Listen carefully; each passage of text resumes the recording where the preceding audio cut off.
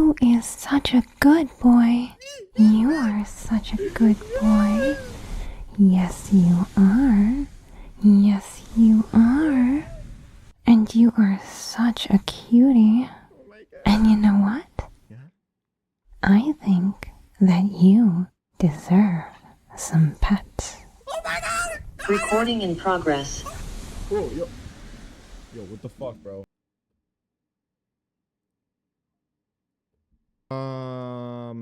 Okay, guys. We're gonna... We're dick and balls. We're gonna go over how to set up a fucking trade. I'm so sorry that you guys had to see that. Just kidding, I'm not going to fuck yourself. Let's...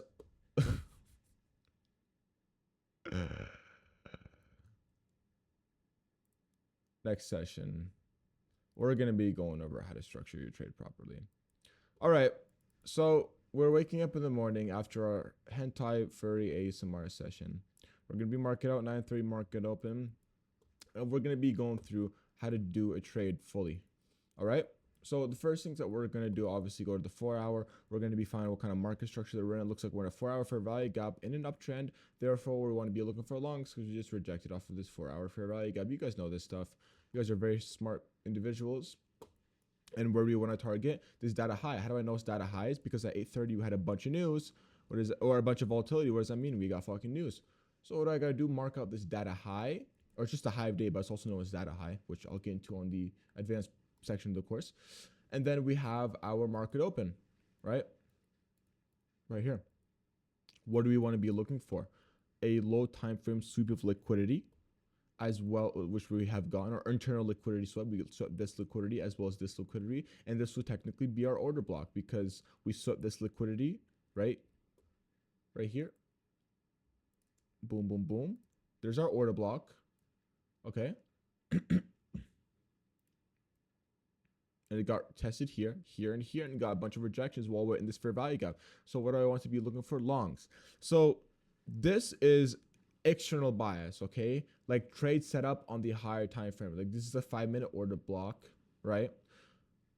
This is a 4 hour fair value gap, and our higher time frame bias is long, so we want to be looking for longs. Now let's talk about what the difference is between an external and an internal confluence to take a trade, which are also known as entry models. So, I'm actually gonna break this down into a couple of sections. Actually, let's just talk about this trade first, since we're on it, and then I'll talk about specifically.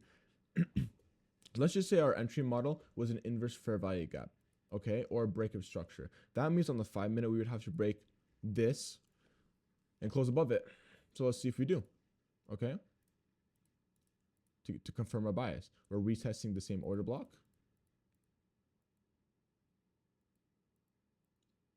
And we went below it. So that right there is called confirmation, okay? Confirmation basically means our entry model. So there's multiple things I need to take into account when you're taking a trade. Where's my text box? I don't have it on FX replay. Here we go. So number one thing that you should be looking for, my text is blue and I don't like that. Jesse, why are you blue? Fuck, wrong clip. Jesse.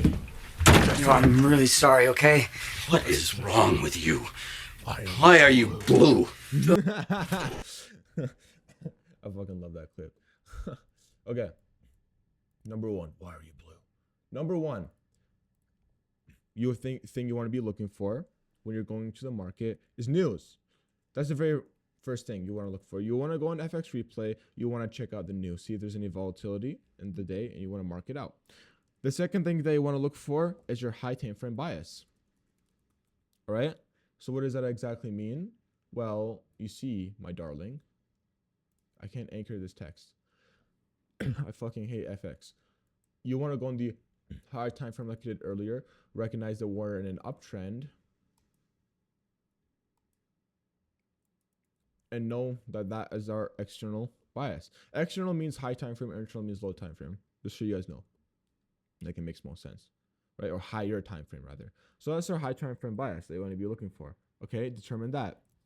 The next thing after that you do want to be identifying will be your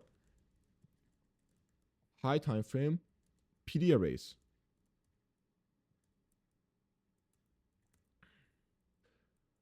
Now you might be asking, what is a PD array? Because I've mentioned it a couple of times. It's quite literally premium / discount array, which is actually what all of these confluences are. It's just a premium discount array. Like for example, this 4-hour fair value gap is a premium discount. Right now, this, like, see how this is the array right here. This down here you can't even see because of my camera, my bad. This is our discount and this is our premium. And we need to go fill that array. Does that make more sense for you guys now? Right? Perfect. As a PD array. So go and identify your high time frame PD arrays. Go mark them out because they hold the most power. Like you seen here, we chopped it up here, but we didn't respect it. We just fucking, we could go back up still, but that's an example. Go and find your high time frame PD arrays. That's the next thing you want to do.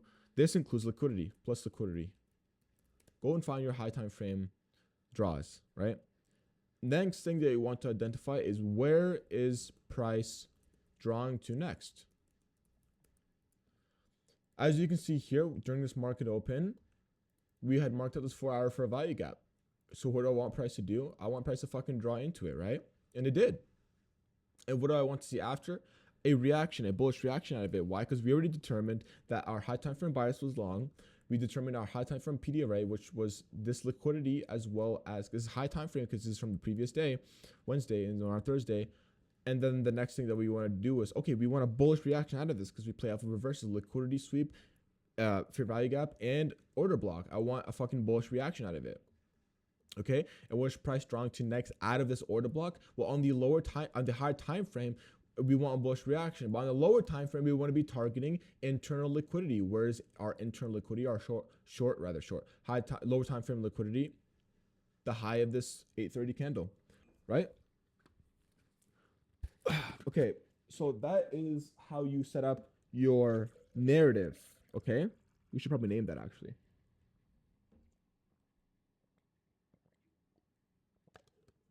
That's called a narrative. Okay, your narrative is your overall bias. Okay, there's a difference between, so this is narrative setup. I don't know if I spelled that right, but I don't care. I got dyslexia. That's your narrative setup. Okay, aka external bias / daily bias, external / daily bias. That's your narrative setup. All right, so that is overall telling you which way you want price to go, right? Because you got to think about the fact that on the 4-hour, we're looking for a short, so we can take a long out of it because we want to continue going up since it's the high time frame trend. And where are we going to? Where are we drawing to in the fucking higher time frame after we hit this fair value gap? Wow, maybe this liquidity up here, right? Because like if we were to, for example, go back in time for a second here. Okay, just pretend you don't see anything here, okay? Could I actually take a permanent box tool and that'll actually be a lot better. Save as defaults. And then I can just do a separate one. Middle line black, make it all black. Perfect, perfect. Okay, cool. You see this? Pretend that you don't see any of this shit here. Okay? We're in an uptrend and we just broke structure towards the upside. All right? Because we took this high. So where are we going to draw to next? This imbalance to fill it. We filled the imbalance right here, this previous fair value gap. What do you want to take next? We took this draw on liquidity. I want to see us take this one because we're still in an uptrend. We took it. What do I want to see us do now? Fill this fair value gap. What do? We fill it. So where do you guys think it makes sense to go to next? This next, the liquidity pool. That's where it makes most sense because it's happened 1, 2, 3, 4 times. It's more likely to happen for a 5th time, right? You're not going to just fade it when you see a pattern. You got to follow the damn pattern. Okay, so that's how you set up your narrative / external bias. Okay, that is when you're going into the pre-market and you're like, okay, this is what I want to do and this is what I want to see happen for the day. So that is your external narrative bias. Now let's talk about a model, okay? This right here are some confluences that I picked out that work well for me. This high time frame PD array, we have our high time frame PD array, okay? You must have a high time frame PD array to be able to take your trade with this model. Okay, then we have our liquidity. You must also include liquidity. So let's do a checklist, okay? So that's our narrative. Now let's do model.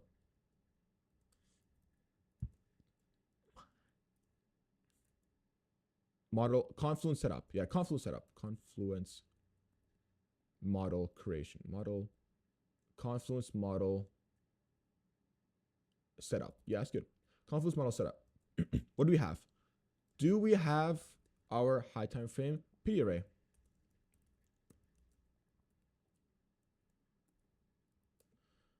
Yes, we do. It's a 4-hour fair value gap. Perfect. Are we inside of it? Yes.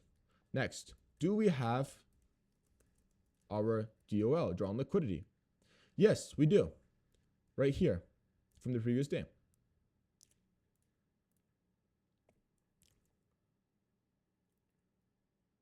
Now, that is for the high time frame. And I'm just going to get a little bit more specific as well. Stay with me here, guys. It's going to get a little bit more complicated. Just bear with me. High time frame setup. I'm going to take my fucking... It's fucking hot, bro. You guys are seeing the muscles, bro. I'm flexing at y'all. I'm small as fuck. Dead ass, bro. Dead ass, guys. I've been at work more for like the past 6 months, and I really haven't been hitting the gym too much. I just got back like a couple weeks ago, but I feel small and it sucks. Anyways, high time frame setup. Do we have a PD array? Yes, we do. Have we tapped? Oh, okay. So do we have? Okay. First thing, identify.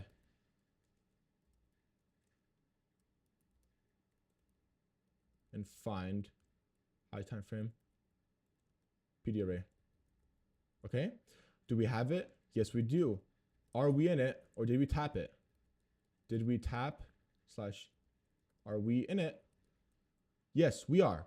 Next thing that we need to look for, did we identify our liquidity pools for the day? Yes, we did. We have one liquidity pool right here. We could also mark this one now, and then we also got to do the opposite side. So we got to write down for each bias, because it doesn't fucking matter if you have a bias of longs. You must do it for shorts as well, because you never will know that it'll flip. And when your bias does flip, you must be ready. You must have everything fucking ready right in front of you for a checklist to be able to take trades properly. When I used to be on Profitable, what I would actually do was I would have, there's an anchor tool on TradingView. If you were to type something out, blah, blah, blah, you right click it, you press anchor, which is up here, and it won't move. I used to have my rules written out at the very top of my screen, as well as shit in the background. They're called visual reminders, and they're very good for you. I would also have, I don't have it with me right now, but sticky notes that I would put at the bottom of my monitor. Some days I even put on the fucking actual monitor itself, because this wasn't enough for me, and I would actually need to lock in and see a different color. Visual reminders are one of the most powerful things. If you guys haven't noticed from my TikToks or videos, that I have pictures of me and my family right behind the camera that I look at. You need as many visual reminders to know what you're doing as often as possible. So that way you never ever have a chance to give yourself a reason to fuck up. So we've identified our liquidity pools, and do we have our next drawn liquidity identified? Yes, we do. Right here, we want price to draw to here in a pattern. This is very, very important. You must see through time. I said it before. You must see through time to know where price is going to go next. After we hit this draw on liquidity, because a lot of people would make the same fucking mistake of identifying what they want to see, but once they actually take the trade, the shit bricks because they don't know what the fuck is going to happen next. How about you fucking know what's going to happen next? Once we hit this draw on liquidity and close above this fair value gap, where do you want to go? This here. That's why in my morning recaps, I use this tool right here to draw literally like this. I literally draw it out, and most of the time I'm right and I'm accurate with it. I can literally pull up an example right now. I actually will. Okay? I'll pull up a fucking example just to show you guys. Let me go to my YouTube channel. If you guys aren't subscribed, then please do. What it is. Okay. So right here, this is gonna blow your mind, by the way. Okay, look at this. Look at this. So right here, I had marked out that I want price to reject off of this order block / liquidity pool. Sorry, this one down here, okay? I said I wanted to reject off of this. It was one or the other, order block. Okay, now watch this. So this was May 29th. Let's go to May 29th, which is yesterday. Watch this. It's gonna blow your mind. Okay, so I'd marked out. Let's move these side by side. Hold up 1 second. Okay, watch this. I said I want price to react off of daily open, which was 520. Okay, where's 520? Right about here. Okay, 520. Look what price did in that kind of range. It's not always going to be perfect, but I reacted off it. I also said I wanted, what is this? About 470. 470. Let's just use this tool right here. About 470. Again, reaction off of it. So it's actually right in between, which is actually kind of cool. Right? 520, 470. I think I said that I wanted it right in between. I don't remember. And then I said I wanted it off of this daily fair value gap, so it's liquidity. So what is that? It's about 330. Let's mark out 330. Right here. Look what happens. And then see how this was our setup to trade on Thursday? Are you guys seeing that? Are you guys seeing that how this video that I have uploaded is for our confluence for the next day? See how it gets pieced together? Are you guys seeing that right now? Right? So that's exactly what I kind of essentially do. I want to see through time to be able to make sure that what the fuck I say is going to happen happens. And when it doesn't happen, I adjust myself to the moment that we're in. So did we tap it / are we in it? Have we got our liquidities identified in a pattern? Meaning,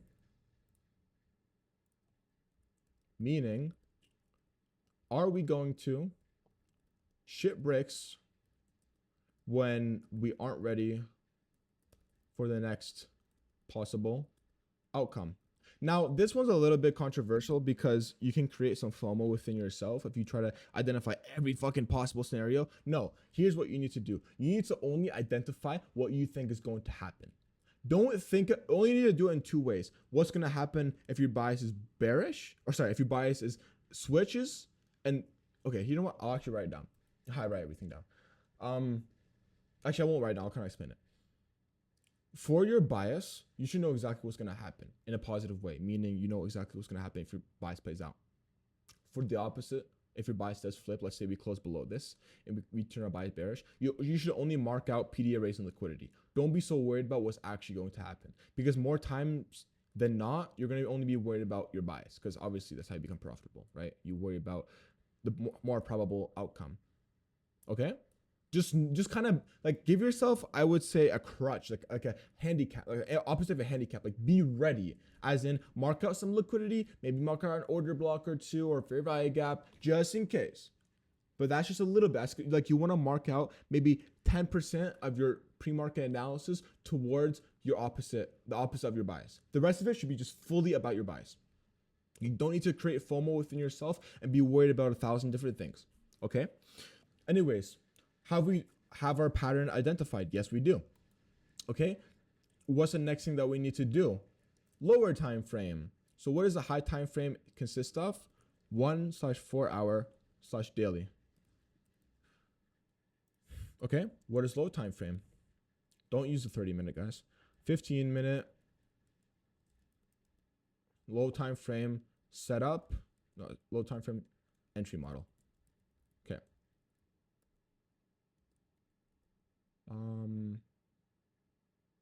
15-minute / 5-minute / 1 minute. Okay. So right here, pretend we don't have this marked out yet.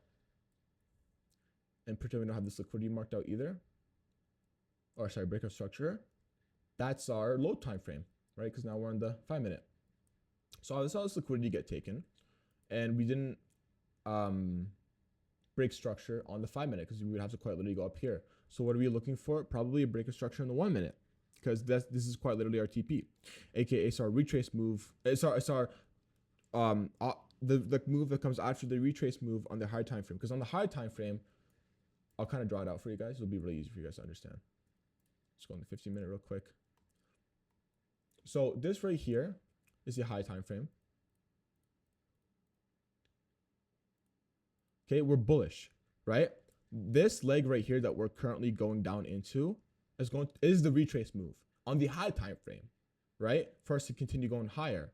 Our job is to go into the lower time frame and catch the move after the retrace move, because on the low time frame, that's a reversal, because we're currently in a downtrend. We broke structure towards the downside on the low time frame, but since the higher time frame holds more power, we're more even though we haven't broken structure on the high time frame yet, we are more likely to.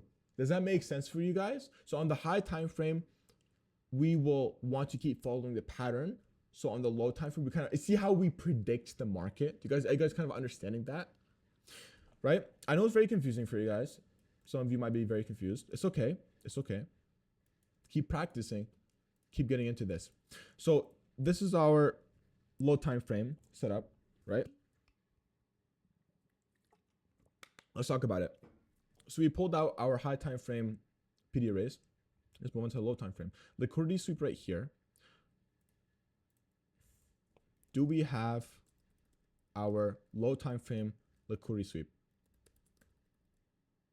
And this is only if we don't have a high time frame liquidity sweep. So let's just say that we didn't have this liquidity pool up here or here, okay? And it was like only these ones. Like since we kind of ran right through it, it wouldn't really count, right? You more so want to use this guy right here. But since we have high time frame liquidity, we don't really just look at the low time frame liquidity sweep. We do have our liquidity sweep, all right? Next thing that we want to look for, low time frame PD arrays. And I'm going to get into specifically how many you need for each one in a second here. Low time frame PD array. Order block right here that got formed off of this liquidity sweep. You can see price consistently testing it. Now, here's the most important thing. Entry model. Now, this is going to be using the 1 minute for. Sometimes the 5 minute, but not usually. Obviously, it holds more power, but we want to be specifically looking at the 1 minute. One of the most important things for an entry model will be these two confluences. Inverse fair value gap. Fair value gap. More than two, actually. Break of structure. Or change in state of delivery. Now, CISD, I actually have not really... Where the frick did my thing go? Hello? Where? Bro, why did I put it up here? Oops. Oopsies. Oopsie doopsie. Oopsie doopsie.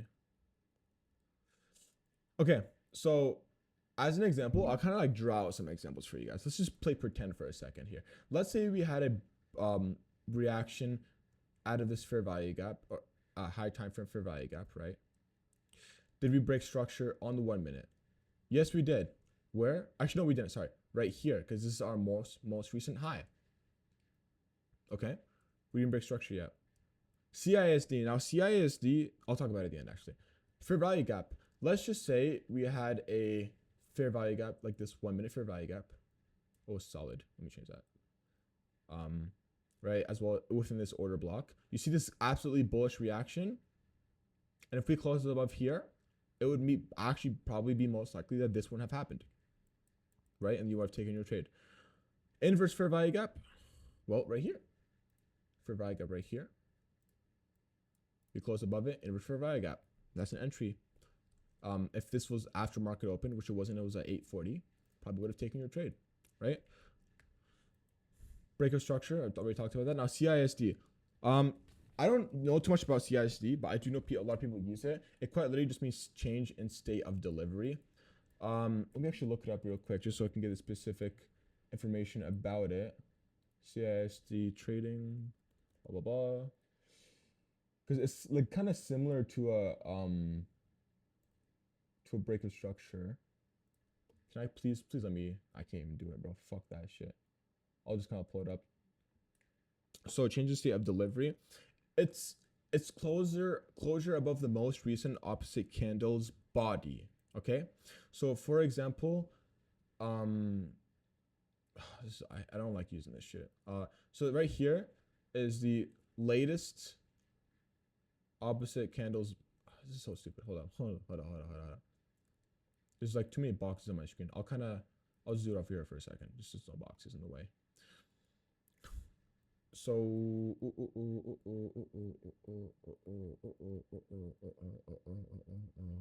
okay, so this is the most recent high, right, guys? On the 5 minute, if you were to go to 5 minute. But this, yeah, no, I'm not even gonna fucking lie to you, bro. I don't even fucking use CISD, but it's like a super low time frame confluence to flip the script in terms of your bias, like very short, low time frame bias. Honestly, maybe you guys can do your own research about it. I don't personally use it, but if you find that it works well for you and it fits into your arsenal, go fucking crazy with it. Me personally, I don't use it, but that's because if there was one model that worked for everyone, everyone would be using it. I don't use CISD. Anyways, so you guys can write that down in your notes. And by the way, I hope you're fucking taking notes about this whole entire course. If you're not, then you're probably absolutely cooked. So we have our entry model, okay? When one of these things happen on the low time frame, it kind of gives us reason to take a trade. So let's just say, hypothetically, that price came up and closed here instead of just going fucking down. Let's say this candle came up and closed here. We broke structure on the 1 minute, we would have taken our trade. Fair value gap got inversed. If you were to mark this one out right here, right, inversed. That's your entry model, okay? Entry model is also known as confirmation. Let's write that down. And one of the most important things about an entry model is you must wait for candle closure. If you don't, you're absolutely cooked. Now, confirmation is one of the most important things in the entirety of trading because it literally raises you. Once you start waiting for confirmation, your win rate is going to increase by an insane amount. You're going to be like, what the fuck? How am I possessing this power? And yeah, that's literally all you need to kind of start your trade, to know whether or not that you should enter a trade or not. Okay? I think what we're going to talk about in the next video is how to set up a trade with risk management / where to know how to know where to take profit, how to partial out, stop loss, all that kind of stuff. We'll get into that more in the next video. This video is just talking about how to put all the confluences together in the very specific ways that it needs to be. That's it for the video, guys. See you in the next. Bye bye.